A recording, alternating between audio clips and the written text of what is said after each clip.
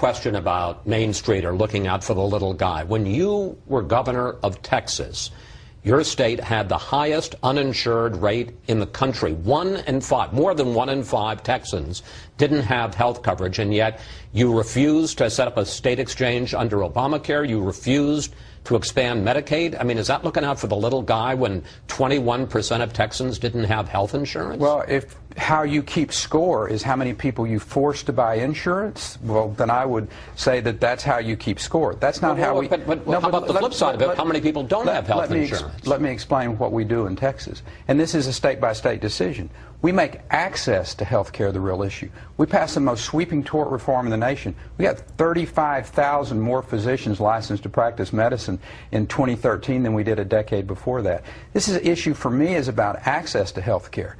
And it's not about whether you force somebody to buy insurance. It's whether Texans have access to good health care. We got the Texas Medical Center, and physicians are showing up in places that literally we didn't have physicians to do those subspecialties 10 years ago that we do today. Sir, but don't you, as the governor for 14 years, don't you feel some responsibility when 21% of the people in your state didn't have health insurance? But that's not how we keep score. I mean, I think it's a fallacy to say access to health care is all about insurance.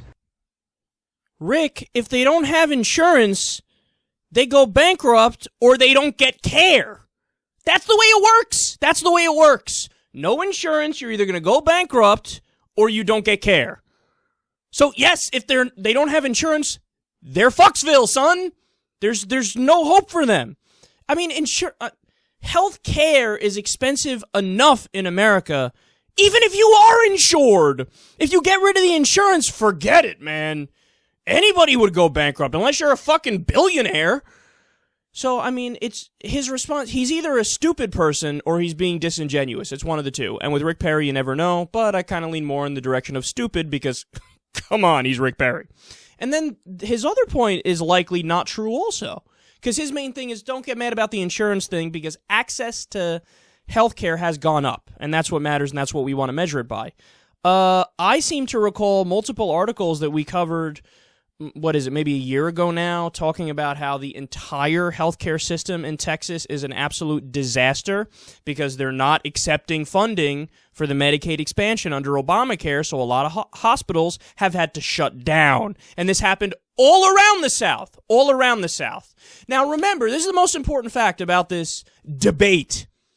17,000 Americans, according to a Harvard study, are going to die because Republican governors, some Republican governors, are refusing to accept the Medicaid expansion under Obamacare. All they have to do in order to make this work and to save countless lives. You ready? You watching me? You ready?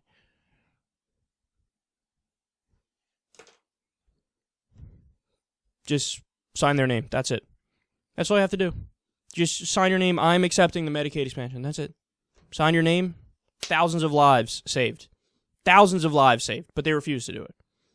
Why they refuse to do it? Because President Obama was the one who did the healthcare law. You know, he did the healthcare law. This is part of his legacy. We're so anti-him. We're so against the Democratic Party. We hate them so much, and we're obstructionists, and we're reactionaries that even you don't evidence. Fuck your evidence. I don't care how many lives this is going to save. I'm a Republican. I dislike Obama. I dislike the Democrats. I don't care if 17,000 people die. I don't care. I don't care. You can't put a check mark in a box for President Obama that says, hey, he did this good thing. Check it off the list. You can't do that. You can't do that. We have to make life miserable for him and miserable for everybody else in the process, so we're not going to sign it. See, in their crazy minds, you know what they say? Obamacare has death panels. You refusing to sign on to the Medicaid expansion is in and of itself a death panel. You're the death panel. Look in the fucking mirror. It's not him. It's you.